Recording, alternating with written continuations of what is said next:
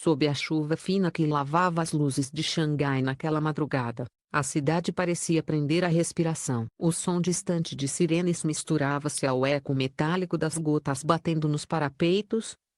Em meio à escuridão, uma notícia começava a se espalhar feito veneno: o ator e cantor Yumen Glong havia sido encontrado morto. As primeiras manchetes falavam em acidente, uma queda trágica de um quinto andar, mas o olhar dos que o conheciam dizia o contrário. Nada naquela noite era normal. Havia algo quebrado no ar, algo que nem mesmo o vento conseguia dissipar. O corpo de Yu foi descoberto em silêncio. Ele parecia repousar, o rosto ainda sereno, mas seus olhos abertos refletiam um horror que ninguém conseguia explicar. A varanda onde ele caiu estava coberta de estilhaços de vidro e fios de cortina rasgados. Havia marcas de pegadas diferentes das suas e um leve cheiro de vinho misturado com algo doce e químico. Um calmante potente, disseram os peritos. 2 relógios Rolex de luxo estavam sobre a mesa, um parado às 2h34, o outro às 6. Nenhum deles pertencia a Yu. As luzes do apartamento piscavam, e as câmeras de segurança haviam parado de gravar exatamente no momento da queda. Coincidência? Ou uma cena cuidadosamente montada? Antes da tragédia, Yu vivia o auge da carreira. Um rosto conhecido, um sorriso capaz de desarmar qualquer público, e uma reputação imaculada em uma indústria marcada por escândalos. Todos o descreviam como gentil, disciplinado e estranhamente reservado nas últimas semanas. Amigos próximos contaram que ele vinha evitando festas e reuniões, passando mais tempo sozinho, escrevendo algo em um caderno preto que desapareceu no dia de sua morte. Ele estava prestes a romper contrato com a produtora Aurora Entertainment, uma das mais poderosas da Ásia, e planejava fundar uma empresa independente. Fontes internas alegam que Yu descobriu irregularidades financeiras e estava disposto a denunciá-las. Mas naquela noite, ele aceitou um último convite, um jantar com amigos. O jantar foi descrito como tranquilo.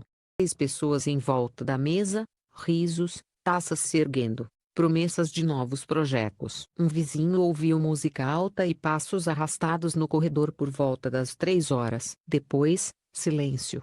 Às 6 horas, o corpo de Yu jazia lá embaixo, e o vidro da varanda refletia o nascer do sol como se zombasse do que havia acontecido. A investigação inicial concluiu que ele havia bebido demais e perdido o equilíbrio, mas o detetive Eugene, recém-transferido para o caso, não acreditou. Ele observou as fotos, os relatórios, os depoimentos, e viu um padrão. As cortinas haviam sido arrancadas com força de dentro para fora. A malha da varanda fora cortada, não rasgada. E o sangue nas bordas da janela indicava luta, não queda. Enquanto a polícia hesitava em aprofundar a investigação, a mídia escolheu o silêncio. Notícias sumiram dos portais. Repórteres foram instruídos a não mencionar o nome de Yu sem autorização.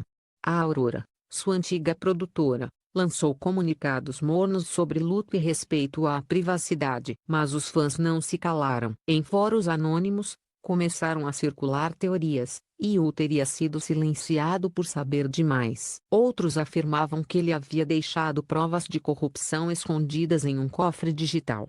E então, algo inesperado aconteceu. Um vídeo curto, gravado por uma câmera de segurança do prédio vizinho, vazou. Mostrava uma sombra, uma figura alta, de casaco escuro, entrando no apartamento de Yu às 2h11 e saindo às 3h07, com algo nas mãos. Nenhum dos amigos presentes no jantar admitiu ter saído naquele horário. O detetive Eugene passou dias revendo as imagens, ouvindo testemunhos contraditórios. Confiava demais, disse uma ex-colega de elenco. Mas ultimamente ele parecia assustado, como se alguém o estivesse seguindo. Um assistente contou ter recebido mensagens de Yu pedindo para cancelar compromissos de gravação, sem explicação. No telefone do ator, recuperado dias depois, havia uma nota de voz inacabada, gravada pouco antes da morte. A voz era trêmula: se algo acontecer comigo, não foi acidente. A gravação foi enviada, mas nunca chegou ao destinatário. O funeral aconteceu sob o mesmo céu cinzento que o viu morrer. Milhares de fãs cercaram o crematório com flores brancas. Havia lágrimas, mas também uma fúria silenciosa. Pai de Ian manteve-se de pé diante da multidão, segurando uma fotografia do filho. Meu filho acreditava que a verdade merecia ser dita, declarou com a voz quebrada. Agora cabe a nós fazê-lo ouvir. As câmeras registraram o momento em que o detetive Ian, de longe, observava tudo. Olhar fixo no retrato de Will. Um raio iluminou o céu, e ele murmurou algo que os microfones quase não captaram. Isso não foi uma queda. Foi um aviso. Nos dias seguintes, o prédio onde Ian morava foi isolado novamente. Peritos voltaram com novos equipamentos. Cobriram fios de cobre cortados, sinais de adulteração no sistema elétrico e vestígios de sedativo em uma taça que não havia sido periciada. Os amigos começaram a ser chamados para novos interrogatórios, e um deles desapareceu misteriosamente. A cidade, antes indiferente, mergulhou em medo. O caso de Ian Menglong já não era apenas sobre um ator morto, era um espelho de tudo que a indústria escondia por trás das câmeras: poder, dinheiro, e o preço da verdade. Jim sabia que a confissão viria. A questão era, quem seria o primeiro a quebrar o silêncio? 3 meses se passaram desde aquela madrugada em que o corpo de Ian Menglong foi encontrado. A chuva que lavava as ruas de Xangai parecia ter apagado os vestígios do crime, mas o silêncio era apenas aparente. De repente, o caso voltou às manchetes, e, desta vez, com força devastadora. Um relatório forense vazado revelou algo que a polícia havia tentado esconder: DNA de um homem identificado como Liu Wei, ex-agente e amigo íntimo de Will, foi encontrado na varanda, misturado ao sangue nas bordas do vidro. O país inteiro prendeu a respiração. Em poucas horas, Liu Wei foi preso, junto com 2 outros nomes, um empresário e uma atriz contratada da Aurora Entertainment. As câmeras registraram o momento da captura: rostos tensos, olhos vermelhos, silêncio absoluto. Dia seguinte, durante o interrogatório, o impensável aconteceu. Liu Wei quebrou o silêncio. O vídeo da confissão vazou nas redes, e o mundo ouviu dizer com voz rouca: ele descobriu o dinheiro sujo. Eu o avisei para ficar quieto. Mas ele confiou demais. A confissão caiu como uma bomba. Ele explicou que Will havia encontrado provas de lavagem de dinheiro e manipulação de contratos dentro da Aurora, envolvendo executivos, celebridades e até figuras políticas. Will planejava revelar tudo, e Liu Wei, pressionado pelos superiores, foi encarregado de convencê-lo a se calar. Não era para matá-lo, ele repetia. Queríamos assustá-lo. Mas o plano saiu do controle. Noite do crime, Will foi drogado durante o jantar. Os amigos o observaram cambalear até o quarto, acreditando que ele dormiria até o amanhecer. Wei e o empresário voltaram mais tarde, forçando a entrada no apartamento. Eles o arrastaram até a varanda e encenaram a queda, cortando a tela e derrubando objetos para simular luta. As cortinas foram arrancadas.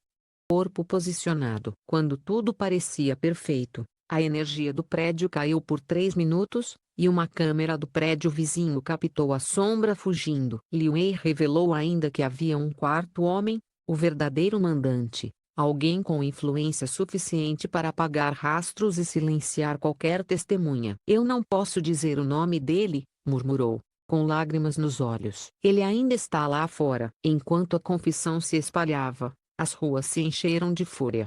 Fãs, jornalistas e cidadãos comuns começaram a se reunir diante da sede da Aurora. Milhares seguravam velas acesas e cartazes com a frase: Justiça para Ian Menglong. As hashtags número Justiça para Ian e número Verdade não morre ultrapassaram 100 milhões de menções em menos de 24 horas. A polícia, pressionada pela opinião pública, reabriu oficialmente o caso e chamou de volta o detetive Ian Eugene. Ele chegou ao local da prisão com a mesma expressão fria de sempre, mas seus olhos denunciavam algo mais: a certeza de que a história ainda estava incompleta. Se há um quarto homem, disse ele aos repórteres, então o caso está apenas começando. Bastidores, a Aurora tentava conter o desastre. E-mails internos foram apagados. Contratos revistos às pressas. Advogados contratados em silêncio. Mas a imprensa não recuou. Uma equipe de jornalistas independentes conseguiu acesso ao celular de Will, encontrado em um cofre digital na nuvem. Dentro dele, havia uma gravação agendada para ser enviada na manhã seguinte à sua morte. A mensagem de voz era curta, quase sussurrada. Você está ouvindo isso? Algo deu errado. Eu descobri tudo. Não deixem que me calem. Procurem a Eugene. O áudio foi divulgado em rede nacional. As pessoas choravam nas ruas, carros paravam, lojas desligavam o som. Era como se o próprio Yu falasse de além da morte, pedindo que não o esquecessem. O julgamento começou sob clima de comoção. As filas se formaram diante do tribunal ainda de madrugada. Do lado de fora, fãs vestiam branco e seguravam flores de lótus, símbolo de pureza, as mesmas que apareciam misteriosamente no prédio onde Ian morreu a cada aniversário de sua morte. Liu Wei foi o primeiro a depor. Tentou se justificar, dizendo que fora manipulado, que não tinha escolha. O empresário ficou em silêncio, a atriz chorava, implorando perdão. Dentro da sala, a família de Yu observava cada palavra. Sua mãe segurava uma fotografia do filho contra o peito. Os olhos marejados, mas sem derramar lágrimas. O pai, de pé, apenas murmurou: diga o nome dele. Liu Wei abaixou a cabeça e respondeu: se eu disser, mais gente morre. As provas, no entanto, incontestáveis. Impressões digitais, sedativos, mensagens interceptadas e transferências bancárias secretas revelavam o encadeamento do plano. O juiz leu a sentença diante de um país inteiro assistindo em tempo real, condenados à prisão perpétua. Houve aplausos, gritos, lágrimas. Mas no fundo da sala, Eugene continuava imóvel, com as mãos nos bolsos e o olhar perdido. Quando todos saíram, ele se aproximou do banco dos réus e pegou um envelope deixado ali. Dentro, pendrive e uma carta escrita à mão. Você encontrou os culpados, mas não o mandante. O espetáculo ainda não acabou. Naquela noite, An voltou ao apartamento lacrado de Yimenglong. Ligou o pendrive em seu laptop. O vídeo mostrava imagens das câmeras de segurança originais, as que haviam sido corrompidas.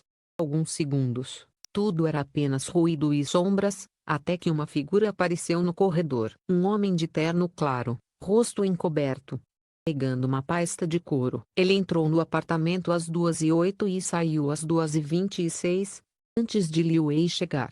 O tempo parou. An congelou o quadro e viu, refletido na janela, algo que o fez estremecer, o logotipo da Aurora no crachá do homem. A reportagem terminou com o detetive olhando para o horizonte, o som distante da chuva ecoando pelas ruas.